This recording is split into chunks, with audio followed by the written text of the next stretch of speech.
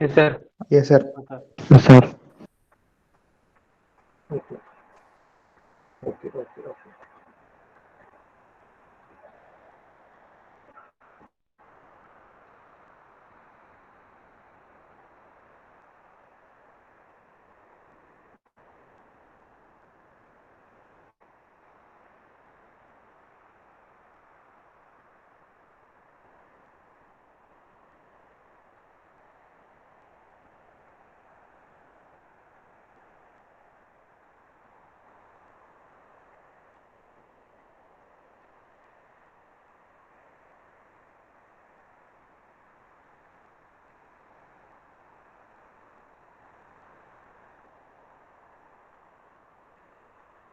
ഒരു second. Okay, sir.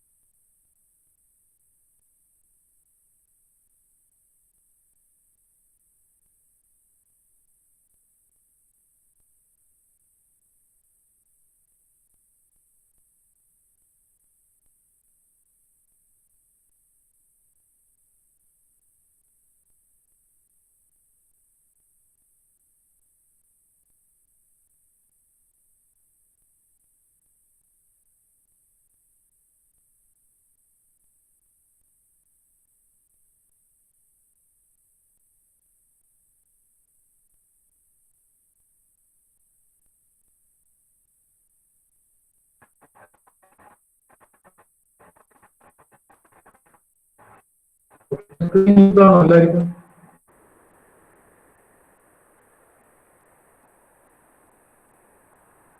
Screen കാണുന്നുണ്ടോ? Yes, sir. Ah, sir.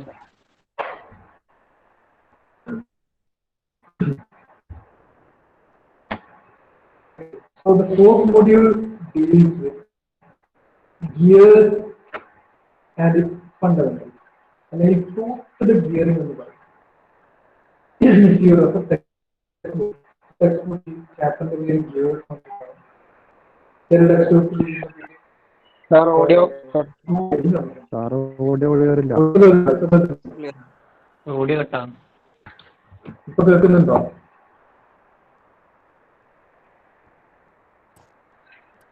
ആ സാർ ഇടക്കിടക്ക് കേട്ടാണ്. Okay, okay. So in fourth module, what we are going to discuss is about fundamentals related to gears. എന്താണ് gears? The term is related to gears. What are the basic laws which govern the usage of gears? Other than what are standard and non-standard gears? Certain fundamentals, not that much to the application level, but basically theoretical fundamentals that we use gears. So ഇതിലെ certain fundamental topics are related with definitely 10 marks numerical can be asked. ഒരുപാട് പ്രാവശ്യം ചോദിച്ചിട്ടുണ്ട്. So ഈ fourth module എന്ന് പറഞ്ഞാൽ totally deals with theory plus numerical ആണ്. Theory എടുക്കുക, numerical എടുക്കുക. Numerical continuous ആയി വരുന്നുണ്ട്. അതിന്റെ കൂടെ additional ആയിട്ട് theory ചോദിക്കും. Okay, കാരണം this chapter involves certain topics related to few derivations. Now tell me, let's get into the chapter. എന്താണ് gears എന്ന് പറയുന്നത്? What are gears? What are basically gears?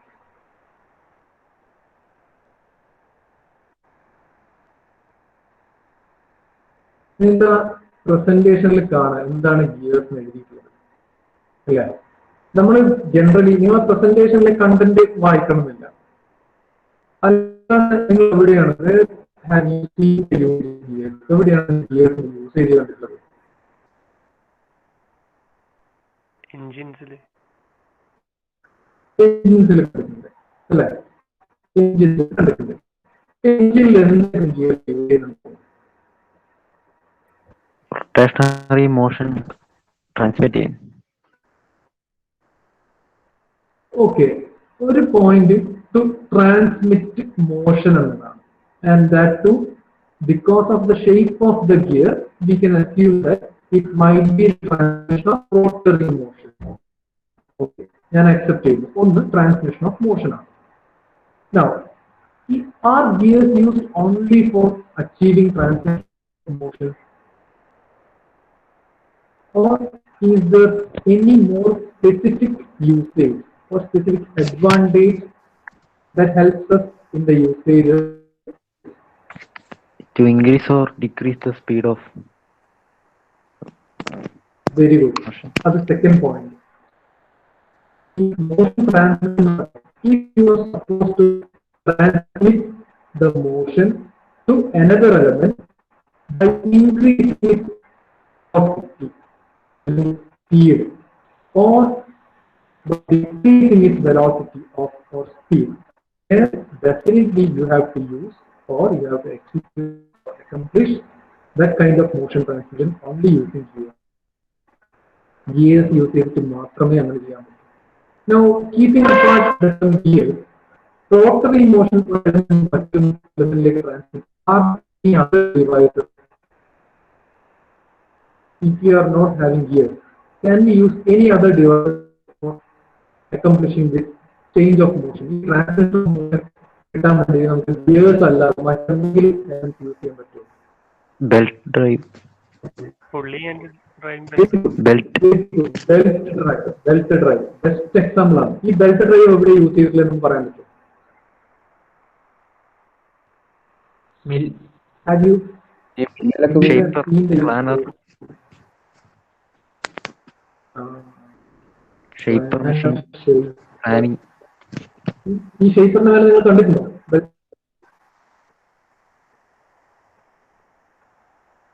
വീട്ടില് സൈക്കിളില്ല, സൈക്കിൾ നിങ്ങൾ എല്ലാവരും ഉപയോഗിച്ചിട്ടുണ്ടല്ലേ? Cycle. അല്ലേ? സൈക്കിളിൽ എന്താ മോഷൻ ട്രാൻസ്മിറ്റ് ചെയ്യുന്നത്? ചെയിനല്ലേ? അല്ലേ? ട്രെയിനിൽ കുറച്ചും കൂടി സോഫിസ്റ്റിക്കേറ്റഡ് പ്രിസൈസ് മോഷൻ ട്രാൻസ്മിഷൻ ചെയ്യുന്നതാണ് ചെയിൻ ഡ്രൈവ് അല്ലെ? ചെയിനിലൂടെ ട്രാൻസ്മിറ്റ് ചെയ്യുന്നത്. പിന്നെ നമ്മള് ഈ നിങ്ങൾ അരി പൊടിപ്പിക്കാൻ ഫ്ലോർ മിൽസ്, ഫ്ലോർ മിൽസ് കണ്ടിട്ടില്ലേ? മെഷീനറി പുറത്ത് ബെൽറ്റ് ഡ്രൈവ് അല്ലേ കണ്ടിട്ടില്ല അല്ലേ? സോ ഈ ബെൽറ്റ് ഡ്രൈവും ചെയിൻ ഡ്രൈവും ഒക്കെ യൂസ് ചെയ്യുന്ന അതും യൂസ് ചെയ്യുന്ന എന്തിനാണ്? ട്രാൻസ്മിഷൻ ഓഫ് മോഷൻ തന്നെയാണ്.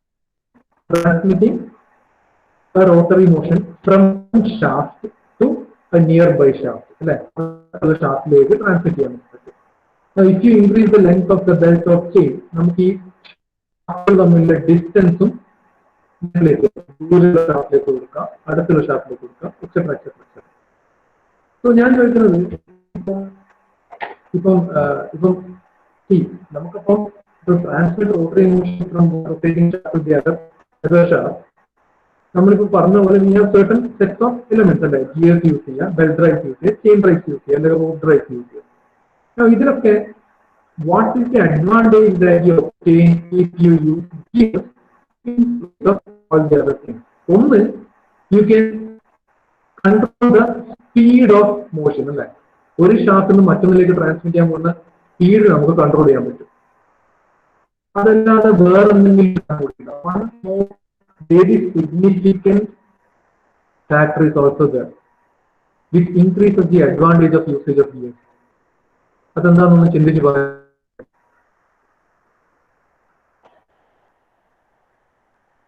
ഒന്ന്, സ്പീഡ് റിഡക്ഷൻ, സ്പീഡ് ഇൻക്രിമെന്റ് നടത്താം. മറ്റൊന്നും കൂടി ഉണ്ട്, അത് ആരോ പറഞ്ഞു, എന്തോ പറയുന്നുണ്ട്.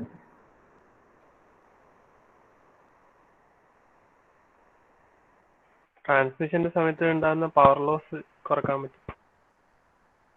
പവർ ലോസ് അല്ല, power loss depends on many factors. Gears ആയാലും power loss generation depends on so many factors. പവറിലേക്ക്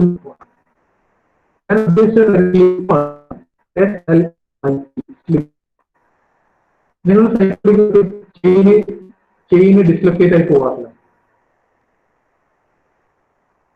yes sir. ഇല്ലേ? എന്റെ സൈക്കിൾ നിർത്തി നിങ്ങൾ രണ്ടാമത് മാനുവലായി ചെയ്യാം. അതെ. Why does that occur? Only because the presence of slip. കുറേ സമയം മൂവ് ചെയ്യുന്ന സ്ലിപ്പ് ഉണ്ടാവും അല്ലേ? സ്ലിപ്പ് എങ്ങനെയാണ്? രണ്ട് സർഫസ് തമ്മിലാണ്. ചെയിനിന്റെ ഔട്ടർ സർഫസും അത് റോൾ ചെയ്യുന്ന റോളറിന്റെ മേലുള്ള ഔട്ടർ സർഫസും. സിമിലർലി ബെൽറ്റ് ഡ്രൈവ്സ് അല്ലെങ്കിൽ റോപ്പ് ഡ്രൈവ്സ് എടുത്താലും there are chances of occurring of slip. But in gear drive ഈ സ്ലിപ്പ് എന്നുള്ളതാണ് എന്തുകൊണ്ടാണ്? ഈ ഗിയേഴ്സിന്റെ മേലെ ടൂത്ത് ഉണ്ട്, പല്ലുണ്ട് അല്ലെ? ഒരു സർക്കുലർ സിലിണ്ടറിക്കൽ ബോഡി മാത്രമല്ല ഒരു ഗിയർ. ഗിയർ എന്ന് പറഞ്ഞാൽ എന്താ? അതിന്റെ മേലെ പല്ലുകളുണ്ട്. അതുകൊണ്ടാണ് ഇതിനെ ടൂത്ത്ഡ് ഗിയറിംഗ് എന്ന് വിളിക്കുന്നത്.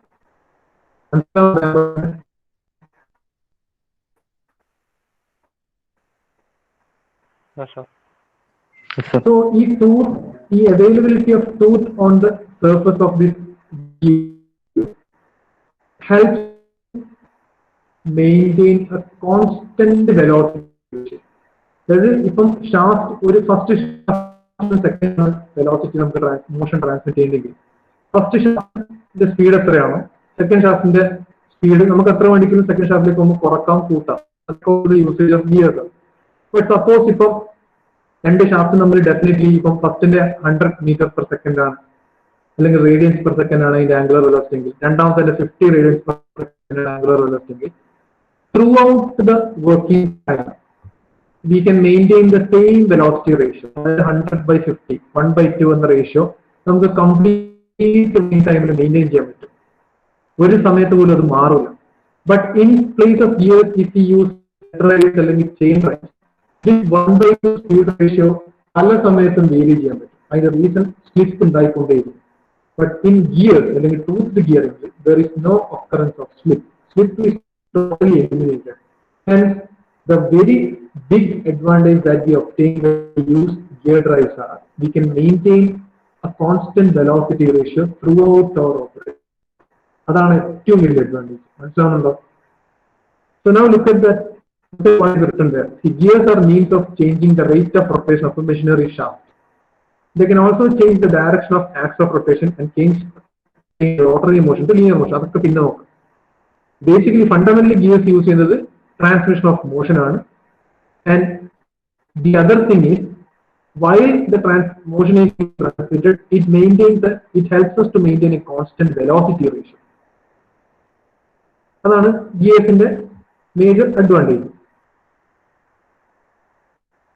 Gears are used to transmit power positively from one shaft to another by means of successfully engaging teeth. അതിനർത്ഥം ഈ രണ്ട് മോഷൻ ട്രാൻസ്മിറ്റ് ചെയ്യുമ്പോൾ രണ്ട് ഷാഫ്റ്റിന്റെ മുകളിലും ഗിയേഴ്സ് അറ്റാച്ച് ചെയ്തിട്ടുണ്ടാവും. കോൺടാക്ട് വരുന്നത് എന്താണ്? ഈ ഗിയേഴ്സ് ആണ് കോൺടാക്ട് വരുന്നത്.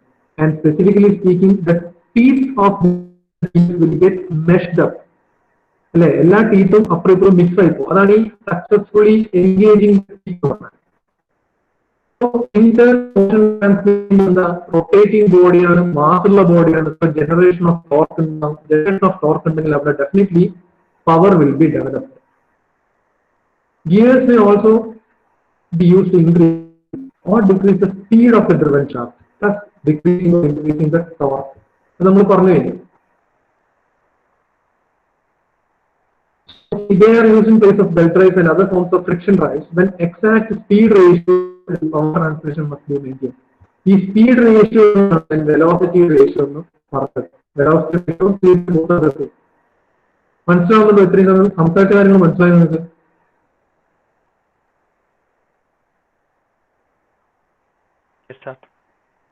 ഓക്കെ.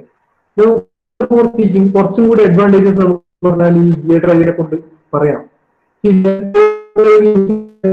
വലിയൊരു അഡ്വാൻറ്റേജ് എന്താ പറഞ്ഞാൽ gear drive consumes very less, കുറച്ച് സ്പേസ് മതി. അതുകൊണ്ടാണ് നമ്മൾ ഈ എഞ്ചിൻ ബോക്സ് ഗിയർ ഫിറ്റ് ചെയ്യുന്നത്. മനസ്സിലാവുന്നുണ്ടോ? കാരണം ഗിയറിന്റെ സൈസ് നമുക്ക് എത്ര മണിക്ക് കുറക്കാം കൂട്ടാം. പിന്നെ രണ്ടാമത്തെ മേജർ അഡ്വാൻറ്റേജ് സ്ലിപ്പ് ഒരിക്കലില്ല. So hence exact velocity ratio അല്ലെങ്കിൽ സ്പീഡ് റേഷ്യോ മെയിൻറ്റെയിൻ ചെയ്യും. മനസ്സിലാവുന്നുണ്ടോ? When compare to belt or chain drive higher power transmission നമുക്ക് അച്ചീവ് ചെയ്യാൻ പറ്റും. ഗിയറിൽ ഹയർ പവർ ട്രാൻസ്മിഷൻ നടത്താൻ പറ്റും. ഈ ഹയർ പവർ ട്രാൻസ്മിഷൻ കുറച്ചുകൂടി എഫക്റ്റീവ് ആയിട്ട് എഫിഷ്യന്റ് ആയിട്ട് നടത്താൻ പറ്റും. മനസ്സിലാവുന്നുണ്ടോ പറയുന്നത്?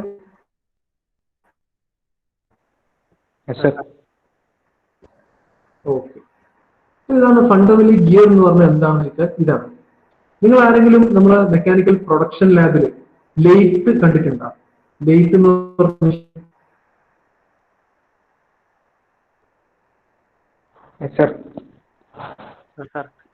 ലേറ്റിൽ നിങ്ങൾ വർക്ക് ചെയ്തിട്ടുണ്ടോ? ഇല്ല. നിങ്ങൾ പ്രൊഡക്ഷൻ ലാബിൽ ലേറ്റ് ഇതുവരെ ചെയ്തിട്ടില്ല? വർക്ക് പീസ് വെച്ചിട്ട് ടേൺ ചെയ്യുക, ഫേസ് ചെയ്യുക, പേപ്പർ ടേൺ ചെയ്യുക, ഒന്നും ചെയ്തില്ല. കാണിച്ചു തന്നിട്ടുള്ളൂ. ലേറ്റിൽ വർക്ക് ചെയ്തിട്ടുണ്ടെങ്കിൽ നിങ്ങൾക്ക് എക്സാക്ട് ഗിയർ എവിടെയാന്നുള്ളത്, ഗിയറിന്റെ പ്രിസൈസ് ലൊക്കേഷൻ മനസ്സിലാക്കാൻ പറ്റും. ഓക്കെ, നോക്കാം. So understood what are gears and are gears preferred over rope or belt drive. Now let us get into the classification of gears. The gears പല രീതിയിൽ നമുക്ക് classify ചെയ്യാം. ഒരുപാട് പല reference സെക്ഷനിൽ പല രീതിയിലുള്ള classification. But common basis of classification of gears ആണ് ഈ പറഞ്ഞിരിക്കുന്ന position of access of the shaft. രണ്ട് ഷാഫ്റ്റുകൾ തമ്മിൽ ഓക്കെ ഇപ്പൊ കേൾക്കുന്നുണ്ടോ? ഓക്കെ, രണ്ട് മോഷൻ ട്രാൻസ്മിറ്റ് ചെയ്യാനാണ് നമ്മൾ ഈ ഫ്രിക്ഷൻ ഡ്രൈവ് യൂസ് ചെയ്യും. ഈ ആക്സിസിന്റെ ഷാഫ്റ്റുകളുടെ ആക്സിസിന്റെ പൊസിഷൻ അതിനനുസരിച്ച് നമുക്ക് ഗിയർസ് ക്ലാസിഫൈ. അപ്പൊ 3 ഫണ്ടമെന്റൽ ക്ലാസിഫിക്കേഷൻസ് ആണ്. ഒന്ന് പാരലൽ ആക്സിസുകളാണെങ്കിൽ, ആക്സിസ് തമ്മിൽ ഇന്റർസെക്ട് ചെയ്യുന്നുണ്ടെങ്കിൽ. മൂന്നാമത്തെ non intersecting and non parallel. എന്തുകൊണ്ടാണ് ഈ ക്ലാസിഫിക്കേഷൻ സിഗ്നിഫിക്കന്റ് ആയി വരുന്നതെന്ന് പറഞ്ഞാൽ ഈ ക്ലാസിഫിക്കേഷനിലാണ് നമ്മൾ, അതായത് provides us with the names of the most important types of gears that we are supposed to learn. പാരലലുകൾ വരുന്നതാണ് spur gear, helical gear, rack and pinion. ഇതൊക്കെ വളരെ സിഗ്നിഫിക്കന്റ് സ്പെസിഫിക് യൂസേജ് ഉള്ള ഗിയേഴ്സ്. ഇന്റർസെക്ടിങ് ആക്സിസ് അതിനിടയിൽ വരുന്ന significant type of gear ആണ്. ഒരുപാട് usage ഉള്ള gear ആണ്. Third one, non-intersecting and non-parallel, worm and worm gearing. Adutha, very important, which has specific usage in many areas. So, according to the position of axis of shaft, then the classification significant. So, this classification we have parallel axis, intersecting axis, non-intersecting and non-parallel shafts. So, within parallel axis shafts, we have 3 types of gears, namely helical gear, rack and pinion. Within intersecting axis shafts, we have bevel gears, and the third one, non-intersecting and non-parallel, comprises of worm and worm gears. I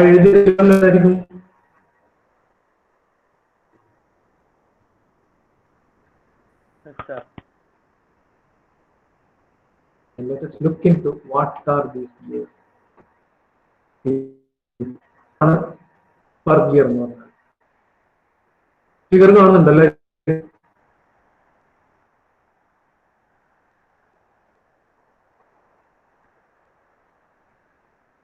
കാണുന്നുണ്ടോ? Sir audio clear ആവുന്നില്ല. Okay, figure കാണുന്നുണ്ടോ? ഇപ്പൊ figure കാണുന്നുണ്ടോ? ഇല്ല sir. Slide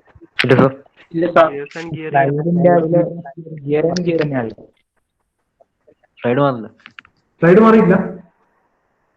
ഇല്ല sir, ആ gear and gears ഇല്ല, gearing ഇല്ല, അതിന്റെ അകത്തുള്ളൂ.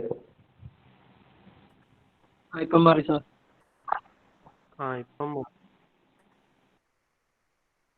ടൈപ്പ് ഓഫ് ഗിയേഴ്സ് ഉള്ള അതില് ഒരു ഫിഗർ കാണുന്നുണ്ടോ? രണ്ട് ഗിയർ കോണ്ടാക്ട് ചെയ്ത് വെച്ച ഫിഗർ കാണുന്നില്ലേ? ഓക്കെ, ഇതിനാണ് സ്പർ ഗിയർ എന്ന് പറയുന്നത്. Spur gear. ഈ സ്പർ ഗിയർ എവിടെ, within which classification spur gear come? Parallel ഷാഫ്റ്റിന്റെ ക്ലാസിഫിക്കേഷനിലാണ് സ്പർ ഗിയർ വരുന്നത് അല്ലേ? Yes, sir. ഓക്കെ, ആ ഫിഗർ ഒന്ന് കെയർഫുൾ ആയിട്ട് ഒന്ന് ഒബ്സർവ് ചെയ്ത് നോക്കിയാട്ടെ. അതിൽ ഈ ആ രണ്ട് ഗിയർ നടുക്ക് പ്രൊജക്ട് ചെയ്ത് നിൽക്കുന്ന ബേസിക്കലി ഷാഫ്റ്റ്, അതിന്റെ ഉള്ളിലത്തെ ഹോളിലൂടെയാണ് ഷാഫ്റ്റ് പോവുക. അത് കാണുന്നില്ലേ നിങ്ങൾ? രണ്ട് ഹോളില്ലേ നടുക്കുള്ള പ്രൊജക്ഷന്റെ ഉള്ളിൽ? Yes, sir. അതിലൂടെയാണ് ഷാഫ്റ്റ് പോകുക. ആ രണ്ട് ഷാഫ്റ്റ് ഇമാജിൻ ചെയ്ത് നോക്കിയാൽ ആ രണ്ട് ഷാഫ്റ്റിന്റെ ആക്സിസും പാരലൽ അല്ലേ? Yes, sir. ഇതാണ് ഈ പാരലൽ ആക്സിസ് ഷാഫ്റ്റ് പറഞ്ഞാൽ. സോ ഇങ്ങനെ പാരലൽ ആക്സിസുകൾ മെയിൻറ്റെയിൻ ചെയ്യുന്ന ഷാഫ്റ്റിന്റെ തമ്മിൽ if you want transmit motion, അവിടെ യൂസ് ചെയ്യുന്ന വൺ ടൈപ്പ് ഓഫ് ഗിയർ ആണ് spur gear. Now why is this one called as a spur gear? എന്തുകൊണ്ടാണ് സ്പർ എന്ന് വിളിക്കാൻ കാരണം? Due to the peculiarity of it teeth ആണ്. അതിന്റെ പുറത്തുള്ള ടീത്തുകൾ നോക്കുക. All those teeth are parallel to the axis of the wheel. ആ വീലിന്റെ ആക്സിന് parallel ആയിട്ടല്ലേ ആ ടീത്തിന്റെ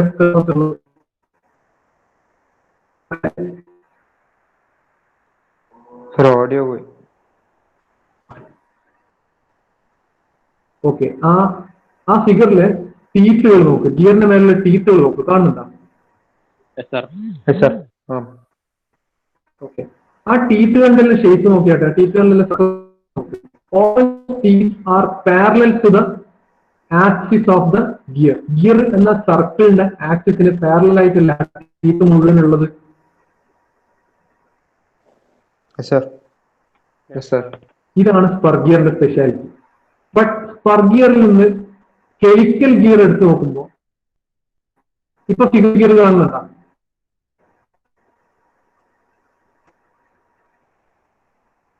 ഇല്ല sir.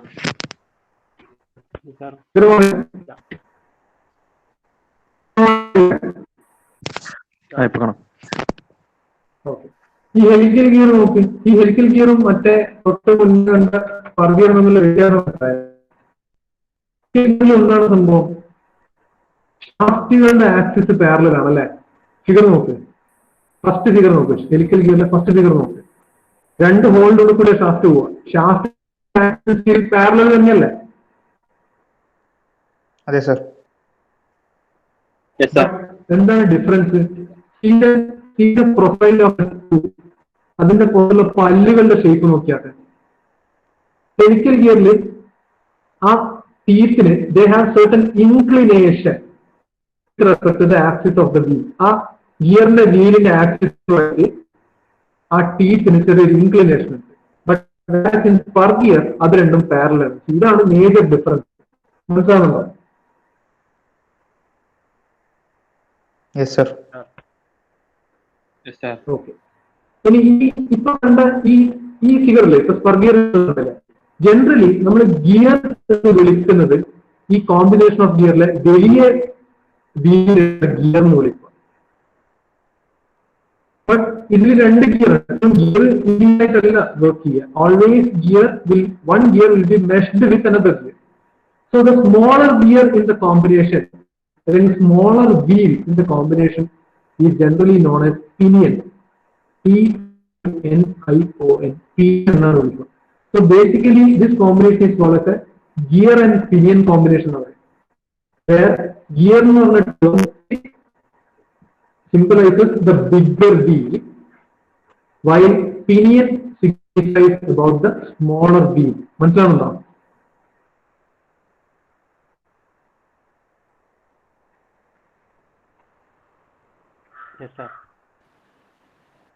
Okay, so majorly spur gear എന്ന് പറഞ്ഞാൽ ഇതാണ്. ഓക്കെ, ഇത് ഇന്റേണൽ ആയിട്ടുണ്ടാവുക, എക്സ്റ്റേണൽ ആയിട്ടാണ്. ഇതിപ്പോ രണ്ടും എക്സ്റ്റേണൽ അല്ല, കാരണം രണ്ട് ഗിയറിന്റെ ടീത്തുകളും എക്സ്റ്റേണൽ ആയിട്ടാണ് മെഷർ. മറ്റേ ഗിയറിന്റെ ഉള്ളിൽ വെച്ചാൽ ഇൻസൈഡ് സർഫസ്, അതായത് സ്മോളർ പിനിയന്റെ ടീത്ത് പുറത്തും ലാർജ് വീല്, അതായത് ഗിയറിന്റെ ടീത്ത് ഉള്ളിൽ, അത് internal gearing. So external and internal രണ്ട് രീതിയിലും സ്പർ ഗിയറിംഗ് വരാം. Now this was helical gear. ഈ ഹെലിക്കൽ ഗിയറിന്റെ സിഗ്നിഫിക്കൻസ് എന്ന് പറഞ്ഞാൽ അല്ലെങ്കിൽ അഡ്വാൻറ്റേജ് ഓവർ സ്പർ ഗിയർ എന്താന്ന് പറഞ്ഞാൽ ഈ ടീത്തുകൾ തമ്മിൽ ചെറിയ ഇൻക്ലിനേഷൻ ഉണ്ടല്ലോ. ഈ ടീത്തും ഗിയറിന്റെ തമ്മിൽ there is a certain inclination. So due to this inclination, ഈ രണ്ട് ടീത്തും both gears the contact time will be extended. കുറച്ചും കൂടി കൂടുതൽ കോണ്ടാക്ട് ടൈം കിട്ടും. റൊട്ടേറ്റ് ചെയ്യുന്നതിനിടയിൽ രണ്ട് ഗിയർ തമ്മിൽ എൻഗേജ് ചെയ്ത് ഡിസെൻഗേജ് ചെയ്ത് പോകുന്നതിന്റെ ഇടയിൽ ടൈം കൂടുതൽ. അപ്പൊ ഇങ്ങനെ ടൈം കൂടുതൽ കിട്ടുന്നതിന്റെ അർത്ഥം എന്ന് പറഞ്ഞാല് ഈ ഗിയറിന്റെ മേലെ വരുന്ന ലോഡ് ഉണ്ടല്ലോ, അല്ലെങ്കിൽ ഗിയർ ഷാഫ്റ്റിന്റെ മേലെ ലോഡ്, അത് വളരെ ലെസ് ഡിസ്ട്രിബ്യൂഷൻ ആയിരിക്കും. ത്രൂ ഔട്ട് ദ ഗിയർ വളരെ ലെസ് ഡിസ്ട്രിബ്യൂട്ടഡ്. കാരണം എന്താ, പെട്ടെന്നല്ല, engagement and disengagement of each teeth consume more time rather than in per gear. Hence, the load distribution is very less. ഒരു tooth per tooth load distribution per tooth വളരെ കുറവായിരിക്കും compare to per gear. മനസ്സിലാവുന്നുണ്ടോ പറയുന്നത്? So helical gears കൂടുതൽ use ചെയ്യുന്നത് both per gear helical gears are used with parallel shaft. Parallel shaft ലാണ് per gear helical gear use ചെയ്യുന്നത്.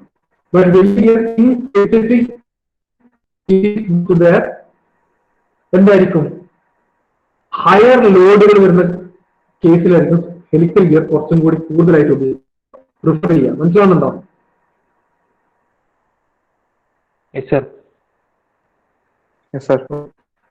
Gears തമ്മിൽ ഇതുപോലെ ഗിയർ ടൂത്തുകൾ തമ്മിൽ certain ആംഗിൾ ഉള്ളതുകൊണ്ട് ഈ ഗിയർ എൻഗേജ് ചെയ്യുക, ഗിയർ തമ്മിൽ മെഷ് ചെയ്യാന്ന് പറഞ്ഞാൽ ഒരു സെറ്റ് ഓഫ് ടീത്ത് എൻഗേജ് ചെയ്യുന്ന ഇങ്ങനെ റൊട്ടേറ്റ് ചെയ്ത് ഡിസെൻഗേജ് ചെയ്യണം. ഈ എൻഗേജ്മെന്റ് ഡിസെൻഗേജ്മെന്റിന്റെ ഇടയിലുള്ള പീരീഡിൽ ഇവർ തമ്മിൽ ഉണ്ടാക്കുന്ന കോണ്ടാക്ട് എപ്പോഴും ലൈൻ കോണ്ടാക്ട് ആയിരിക്കും ഹെലിക്കൽ ഗിയേഴ്സ്. കാരണം ഈ ടീത്തിന്റെ അതുകൊണ്ട് ഗ്രാൻഡുലായിട്ടുള്ള ലൈൻ കോണ്ടാക്ട് ഉണ്ടാക്കും. അതുകൊണ്ട് when compare to spur gear helical ഗിയേഴ്സിന്റെ വർക്കിംഗ് കുറച്ചും കൂടി ക്വയറ്റായിരിക്കും. അതുകൊണ്ട് ജനറേഷൻ വളരെ കുറവായിരിക്കും ഹെലിക്കൽ ഗിയേഴ്സ്. മനസ്സിലാവുന്നുണ്ടോ? ബട്ട് ഇവിടെ ഉണ്ടാകുന്ന ചെറിയൊരു ഡിസ്അഡ്വാൻറ്റേജ് എന്ന് പറഞ്ഞാൽ ട്രസ്റ്റ് കൂടുതലായിരിക്കും. ലോഡ് ഹയർ ലോഡ് ഇതിന് അക്സെപ്റ്റ് ചെയ്യാൻ പറ്റുമെങ്കിലും ആക്സിയലായിട്ടുണ്ടാകുന്ന ട്രസ്റ്റ് കുറച്ച് കൂടുതലായിരിക്കും. അങ്ങനെ ആക്സിയലായിട്ട് ലോഡ് കുറച്ച് കൂടുമ്പോൾ നമ്മൾ എന്ത് ചെയ്യുന്ന പറഞ്ഞാൽ ഈ ഹെലിക്കൽ ഗിയറിന് ചെറിയൊരു മോഡിഫിക്കേഷൻ വരുത്തിയിട്ട് ഡബിൾ ഹെലിക്കൽ ഗിയർ ആക്കി മാറ്റും. മനസ്സിലാവുന്നുണ്ടോ? ഈ ഒരു സിംഗിൾ പാർട്ട് നമ്മൾ ഹെലിക്കൽ ഗിയർ, പക്ഷെ ഈ പാർട്ട് നേരെ ഓപ്പോസിറ്റ് രീതിയിൽ ഇൻക്ലിനേഷനുള്ള ഒരു സെറ്റും കൂടി ചേർത്തിട്ട് ഒരു സിംഗിൾ യൂണിറ്റ് ആക്കിയാൽ ഇതിനെ ഡബിൾ ഹെലിക്കൽ ഗിയർ എന്ന് പറയും. ഡബിൾ ഹെലിക്കൽ ഗിയറിന്റെ മറ്റൊരു പേരാണ് ഹെറിംഗ് ബോൺ ഗിയർ.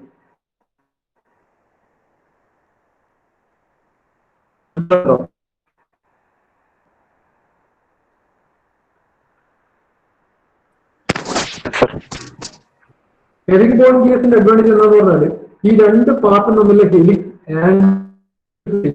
ഒന്ന് ലെഫ്റ്റ് ഹാൻഡഡ് ആണെങ്കിൽ മറ്റൊന്ന് റൈറ്റ് ഹാൻഡഡ് ആയിരിക്കും. ഇവർ തമ്മിൽ ഉണ്ടാക്കുന്ന ഹെലിക്സ് ആംഗിൾസ് സെയിം ആയിരിക്കും. സോ അത് സെയിം ആവുന്നതുകൊണ്ട് തന്നെ എന്താണ് മേജർ അഡ്വാൻറ്റേജ് എന്ന് പറഞ്ഞാൽ the axle thrust will be reduced. Single helical gear axle thrust കൂടുതലുണ്ടെങ്കിൽ double helical gear axle thrust വളരെ കുറവായിരിക്കും. So spur gear, helical gear, double helical gear ഒക്കെ ക്ലിയർ ആണല്ലോ?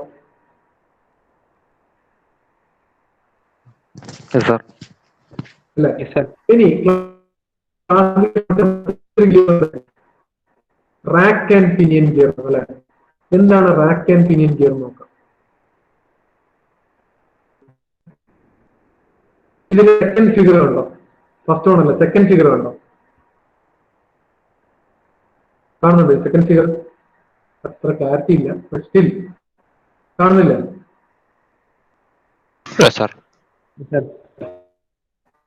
ഈ ഹൊറിസോണ്ടലായിട്ട് നിൽക്കുന്ന സാധനത്തിനാണ് റാക്ക് എന്ന് പറയും. അതിന് മേലെ റൊട്ടേറ്റ് ചെയ്യുന്ന സാധനത്തിനാണ് പിനിയൻ എന്ന് പറയും.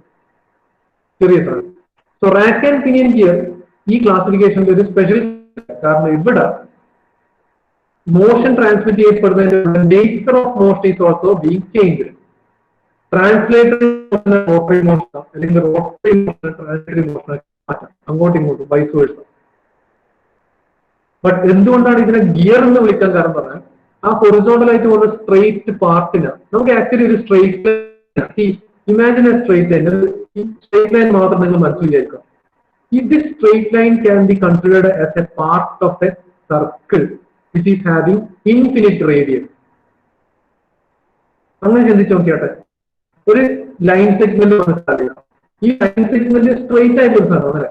പക്ഷെ ഈ സ്ട്രെയിറ്റ് ആയിട്ട് ഒരു സാധനത്തിന് എനിക്ക് ഏത് രീതിയിലും കൂടി ഡിഫൈൻ ചെയ്യാം. It can only defined as A segment of A circle having infinite radius. Infinite radius circle നമുക്ക് ഇമാജിൻ ചെയ്യാൻ പറ്റുമോ?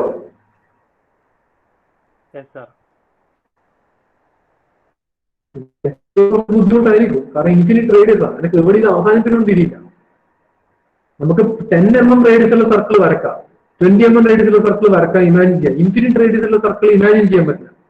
അപ്പൊ സർക്കിളിന്റെ സർക്കംഫറൻസിലുള്ള സർക്കിളിന്റെ വട്ടം എന്ന് പറയുന്നത് എന്തായിരിക്കും? ഒരു സ്ട്രെയിറ്റ് ലൈൻ ആയിട്ടായിരിക്കും നമുക്ക് അത് കൺസീവ് ചെയ്യാൻ പറ്റുന്നത് അല്ലെ. കാരണം റേഡിയസ് ഇൻഫിനിറ്റ് ആണ്. മനസ്സിലാവുന്നത്? അപ്പൊ ഒരു കൺസെപ്റ്റ് ഇരിക്കുന്നതുകൊണ്ടാണ് ഈ റാക്ക് ആൻഡ് പിനിയനിൽ നമ്മൾ എന്തായിട്ട് പറയുന്നത്? ഗിയർ ആയിട്ട് പറയുന്നത്, കോമ്പിനേഷൻ ഓഫ് ഗിയേഴ്സ് ആയിട്ട് പറയുന്നത്. So rack and pinion also falls under the category parallel shaft, but ഇവിടെ എന്താണ്? apart from being the motion gets transmitted, nature of motion also gets changed. Rotary to translatory, from translatory to rotary. Clear ആണോ? Yes sir. Yes sir. Okay. അടുത്ത bevel gear ഉണ്ട്. എന്താണ് bevel gear? This is bevel gear. ഈ combination ഒക്കെ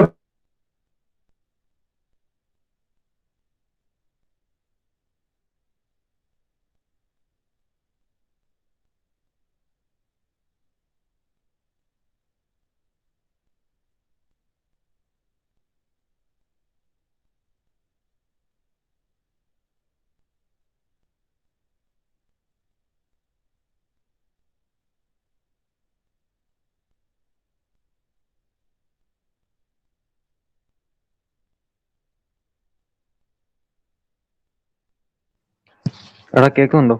hello കേൾക്കുന്നുണ്ടോ?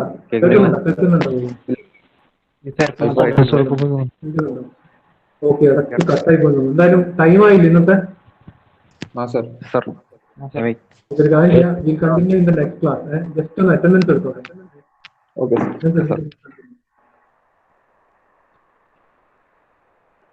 അദ്വൈതേക്ക്, Ajay Krishna, Present sir. Akhil K,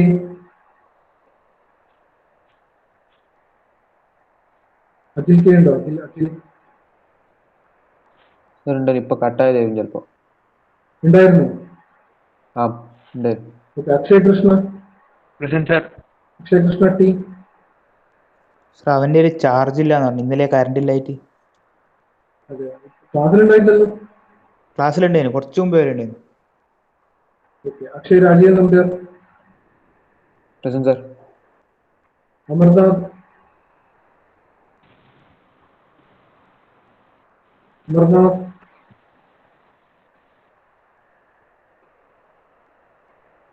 Lindt. Present sir. Diljith.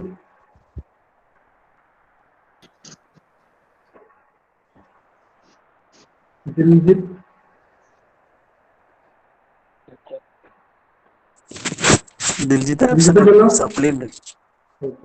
Gokul Gangadharan. Present sir. Jishnu Dileep. Joel sir. Present sir. Junaid. Okay, ഞാൻ കാണുന്നുണ്ട്. വിനോദ്.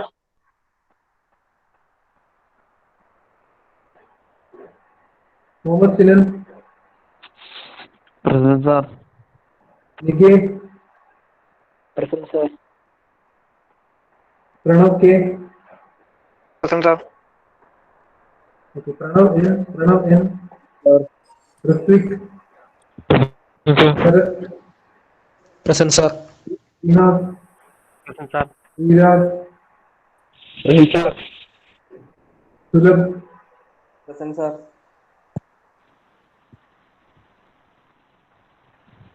യദുകൃഷ്ണൻ.